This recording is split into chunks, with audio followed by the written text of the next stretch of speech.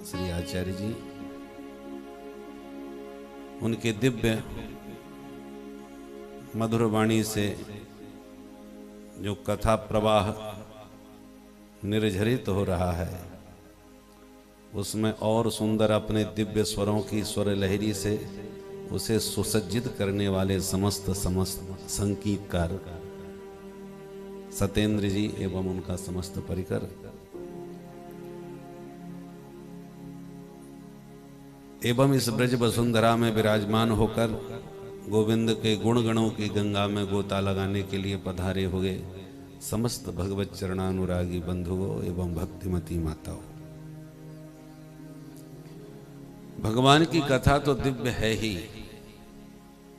कहीं भी सुनो, कभी भी सुनो, और जिनकी कथा आप सुन रहे हैं, जिनके चरित्रों का श्रीमद् भागवत में वर्णन है, और वो चरित्र जिस भूमि पर जिस स्थल पर किए गए, उसी गोविंद की क्रीड़ास्थली पर बैठ करके उन चरित्रों का श्रवण करने का अनंत गुना फल है। भगवान की कथा अद्भुत त्रिवेणी है। इसमें भक्ति, ज्ञान और वैराग्य तीनों का संगम है। महात्मा की कथा में आपने सुना होगा, धन्यम वृंदावनम तेन भक्तिर नृत्यति यत्र च। ये वो ब्रज भूमि है जहां भक्ति नृत्य करती है, थिरकती है। परंतु ज्ञान वैराग्य उपेक्षित रहे तो भक्ति दुखी रही। और जैसी श्रीमद् भागवत की कथा सुनाई तो ज्ञान वैराग्य एकदम जवान हो गए, जिनको देखकर भक्ति मैया भी ताता थैया करके नाच उठी। भक्ति सुतौ तौ तरुणौ गृहीत्वा प्रेमयी करूपा सहसा विरासी। इसका मतलब क्या होगा? श्रीमद् भागवत में भक्ति, ज्ञान और वैराग्य तीनों का संगम है, तीनों की त्रिवेणी है। और वैसे त्रिवेणी के नाम पर गंगा, यमुना, सरस्वती, इनका संगम स्थल तीर्थराज प्रयाग। तो श्रीमद् भागवत का इन तीनों से संबंध है। गंगा, यमुना और सरस्वती, तीनों से श्रीमद् भागवत का संबंध क्या है? ये वो कथा है जो सरस्वती के तट पर व्यास जी महाराज ने बैठ करके लिखी। ब्रह्म नद्यां सरस्वत्यां आश्रम पश्चिमे तटे सम्याप्रास इति प्रोक्त ऋषीणां सत्रवर्धन। तो बद्री विशाल में, बद्रीनाथ से ऊपर जो माना गांव है, जहां से सरस्वती का उद्गम हुआ, उसी के किनारे व्यास गुफा है। उसी व्यास गुफा में बैठ करके श्रीमद् भागवत की रचना हुई। तो सरस्वती के तट पर तो यह ग्रंथ लिखा गया, और ग्रंथ में वर्णन किसका किया गया? यमुना तटवासी कृष्ण कन्हैया की लीलाओं का। तो जमुना तट पर कन्हैया ने क्या क्या लीला करी, उसका वर्णन सरस्वती के तट पर बैठकर व्यास जी महाराज ने किया। और इसका प्रथम प्रवचन इसको कहां सुनाया गया? बोले गंगा के तट पर बैठे परीक्षित को सुखदेव जी महाराज ने इसका पहली बार प्रवचन करके विस्तार से वर्णन किया। तो सरस्वती के तट पर लिखी गई, यमुना के तट की कथा कही गई, और गंगा के तट पर इसका प्रचार प्रसार शुभारंभ हुआ। इसलिए गंगा, यमुना, सरस्वती त्रिवेणी के संगम का भी संबंध श्रीमद् भागवत से है। गंगा के तट पर तीर्थ हैं, यमुना के तट पर तीर्थ हैं, सरस्वती जी के तट पर भी तीर्थ हैं, पर जहां तीनों का संगम हो जाए वो फिर तीर्थ नहीं रह जाता, तीर्थराज हो जाता है। संगम तट पर ही तो तीर्थराज प्रयाग है। इसलिए इस ब्रज भूमि में भी केवल भक्ति नहीं, केवल ज्ञान नहीं, केवल वैराग्य नहीं, अपितु भक्ति, ज्ञान, वैराग्य तीनों की त्रिवेणी का संगम है। इसलिए वृंदावन सामान्य कोई तीर्थ नहीं है, ये तो साक्षात भगवान का निज धाम है। धाम का अर्थ होता है घर। कोई कितना भी बड़ा अधिकारी हो, ये ऑफिस में आप उससे मिलने जाएंगे तो अधिकारी पने से मिलेगा, अपने रुतबे से मिलेगा, परंतु उससे कोई रिश्तेदारी निकाल के, चाहे दूर का ही नाता सही, नाता जोड़ करके फिर उसके घर मिलने जाओ तो फिर अधिकारी पना किनारे रख देता है, रिश्तेदार बन के मिलता है। फिर आपका काम जो होगा सो होगा, पहले आपका स्वागत होगा, नाश्ता पानी भी आपको कराएगा और फिर आप अपनी बात कहो तो संबंध निभाते हुए उस कार्य को संपादित करेगा। नाते का बड़ा संबंध होता है, उसका बड़ा महत्व होता है। इसलिए भगवान वैसे तो अनंत कोटि ब्रह्मांडों के अधिनायक बन करके सबके कर्मों का लेखा जोखा करते रहते हैं। अब वैकुंठ में जा करके आप मिलना चाहो तो वहां तो ब्रह्मा जी भी लाइन लगा के खड़े हैं, वहां तो मिलेंगे तो ब्रह्मांडों के अधिनायक बन के मिलेंगे। जो जस करे सो तस फल चाखा, जैसा करके आए हो वैसा फल भोग लो, क्योंकि वहां पर भगवान से मिलना बड़ा कठिन है। और वृंदावन है भगवान का निज धाम, यहां मिलने में किसी को कोई समस्या नहीं। वैकुंठ में तो शेष महेश गणेश दिनेश सुरेश हु जाहे निरंतर ध्यावे, और वृंदावन में ताहे अहीरी की छोहरियां छचियां वर छाछ पे नाच नचावे।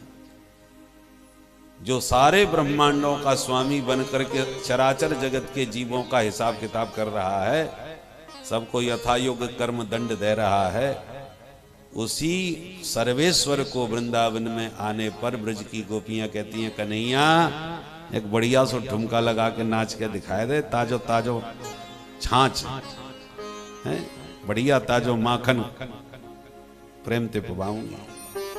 तो ग्वालिनियों की छोट तनिक सी छाछ पीने के लिए कन्हैया एक हाथ कमर पे रख के ठुमका लगा करके नाच नाच के उन्हें रिझाते हैं। एक बार एक गोपियां कोई ना कोई बहाना ढूंढती रहती थी कन्हैया के दर्शन का, कैसे भी एक बार झलक मिल जाए। तो जब कोई अवसर नहीं मिला तो एक गोपी नंद भवन में आ गई। जसोदा, बोल बहन कैसे आई? ले जसोदा बहन ने मोए गैया को गोबर चाहिए, जरूरत है। अरे तो बुझिए जहां में पूछबे की क्या बात है, गौशाला में चली जा, चाहे जितना गोबर उठा ले जा, लाखन गैयन को गोबर पड़ो। बोले ठीक है मैया, वैसे तो मैं मोए मालूम है कि तू मना ना करेगी, और फिर भी काऊ की चीज बिना पूछे ना लेना चाहिए। बोले ठीक है जा ले जा। अब कन्हैया सुन रहे थे, जैसे गोपी गौशाला में गोबर उठाने गई, कन्हैया समझ गए अंतरात्मद्रिक हैं, मन की बात जानते हैं कि मिलने तो हमसे आई है। तो गौशाला में पहुंच गए, कन्हैया पहुंच गए। अब वो गैया को गोबर तो उठा रही है और तिरछी चितवन से लाला को निहार रही है। कन्हैया भी देख रहे हैं ये काका लेके जा रही है, कहीं और कछु उठा के ना ले जाए।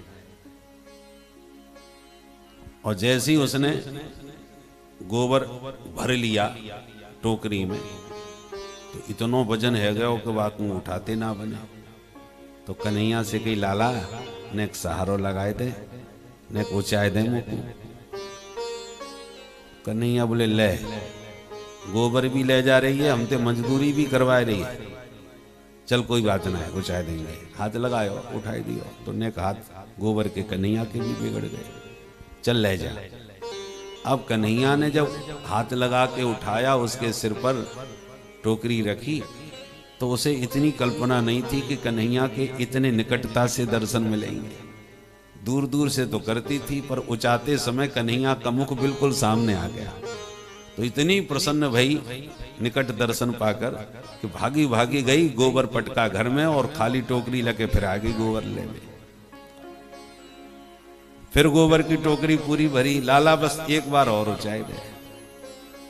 कन्हैया बोले अरे सखी, तू भगवान जाने कितनी बार आएगी, मैं बार बार ऐसे ना ऊंचावे बारो, गोबर भी दे रहे हैं और मुंह ते मजदूरी भी करवा रही है, फ्री में ना करूंगा कछु, तो का चाहिए बोल। बोले एक गोबर की टोकरी उचायबे में एक माखन को इतनो बड़ो गोला चाहिए, खावे कूदे तो हम कछु कर दें, तेरी सहायता कर दें। बोले ठीक है दूंगी, पक्की रही। तो एक पहली वाली टोकरी की और एक ये वाली, दो है गई। बोले हाँ पक्की रही, उचाए दी। वो जाके खाली करके फिर आएगी। एक बार हो कन्हैया बोले अब भगवान जाने तू कितनी बार आएगी, और ऐसे तो मैं गिनती भूल जाऊंगा। तो हिसाब पक्को पक्को होना चाहिए, मैं जितनी बार उचाऊंगा उतनी माखन के गोला खाऊंगा। बोले ठीक है पक्की रही, गिनती मैं गिन के रखूंगी। कन्हैया बोले मोह विश्वास ना, तू कम ज्यादा कर देगी तो फिर कैसे विश्वास करेगा। बोले एक काम कर, गोपी ने कहा मैं एक समाधान बताऊं। कन्हैया बोले कहा। बोले लाला तू जितनी बार उचाएगा उतने ही गोबर के टीके में तेरे माथे पे लगाए दूंगे, फिर जितने टीके होंगे उतनी गोला दे दूंगी माखन की। बोले हाँ ये बात ठीक है, ये हिसाब बराबर है। तो वो बार बार टोकरी खाली करके आवे और भर करके कन्हैया उचावे तो एक टीका लगा दे। अब गोपी को मन ही ना भरे, 10वीं बार आई तो टीका लगाते लगाते माथो तो भर गयो, तो फिर गाल पे टीका लगाने चालू किए। दोनों गाल भर गए, नाक पे भी लगाई, ठोड़ी पे लगाई, पूरा मुंह टीका से भर गया। जब कोई जगह बाकी ना रही पूरे मुंह में, गोबर के टीका लग गए। सो कन्हैया खुश गदगद हंसते भय दौड़े दौड़े आए, मैया देख। मैया ने कहा दारी के पूरे मोहड़े पे गोबर लगा रखो है, कहा कर दियो तेने, कौने लगाए दियो, मुंह साफ कर। जैसी मैया हाथ फेर भी लगी, कन्हैया ने हाथ पकड़ो, मैया सबरे हिसाब पे पानी भर जाएगा, मैं आज कमाई करके लाया हूं तेरे ताई। काय की कमाई कर रही तो बताई कहानी। मैंने वह गोपी को गोबर की टोकरी उठाई है और जितनी बार उठाई है उतने तिलक लगाए हैं माने मुंह को। अब गिन गिन के मोते उतनो ही माखन बाते हम वो लेनो है, और तूने हाथ फेर दियो तो हिसाब बिगड़ जाएगा ना मेरा। मैया बड़ी जोर से ताली बजा के हंसने लगी, अरे कन्हैया 9 लाख गैया घर में हैं, दूध दही के भंडार माखन भरे पड़े हैं, फिर तू माखन को हमेशा लालची ही बनो रहे। और देवता आकाश मंडल में यह दृश्य देख देख करके गदगद हो रहे हैं, वारे प्रभु, अरे सारे विश्व को भरण पोषण करने वाला, सारे ब्रह्मांड के चराचर जगत के जीवों का पालन करने वाला, और गोपियों के मनोगत भावों को रखते हुए उनका सम्मान, उनके भीतर प्रेम रस बढ़ाने के लिए देखो कैसी कैसी लीला करते हैं। तो ताहे अहीरी की छोहरियां छचियां बर छाछ पे नाच नचावे, ऐसा सरल इतना सुलभ भगवान इस ब्रज वृंदावन के अतिरिक्त कहां मिल सकता है। ऐसो ठाकुर 3 लोक में ना है। इसलिए हमारे ये रसिक जन खूब गाते हैं, आपको सुनाएंगे। ऐसो चटक मटक सो ठाकुर, तीनों लोकन हूं मैं ना है। रसिया है ना प्रसिद्ध।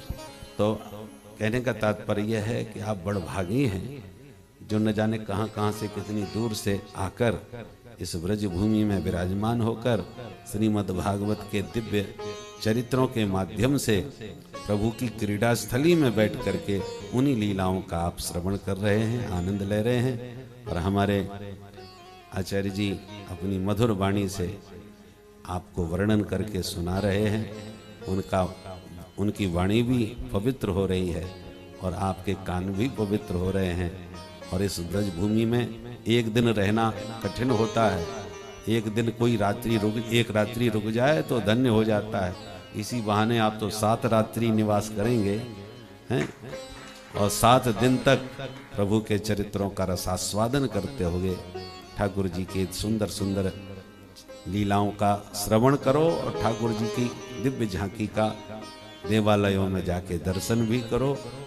तो नाम रूप लीला धाम चारों का आनंद आपको इस दिव्य भूमि पर प्राप्त हो रहा है। भगवान आपके समस्त मनोरथ परिपूर्ण करें। हमारा कल ही, आज तो भंडारा है, गोवर्धन में कथा चल रही थी, तो हमने कहा कि भाई वैसे तो भागा दौड़ी होगी उधर से आने में, तो आज हम थोड़े से फ्री हुए, तो मैंने कहा अब आज आपकी कथा उसमें उपस्थिति देंगे। और घर में कुछ हमारे मेहमान आ गए तो हमको लगा कि अब हमको आज ही आना बड़ा कठिन लग रहा था, तो हमने उनको व्यवस्थित करने के बाद हमने कहा अब चलते हैं फटाफट। तो समय तो अब कथा का परिपूर्ण हो गया, तो अधिक समय न लेते हुए व्यासपीठ को प्रणाम करते हुए आपके सौभाग्य को बार बार सराहते हुए अपनी वाणी को मैं यही विश्राम देता हूँ।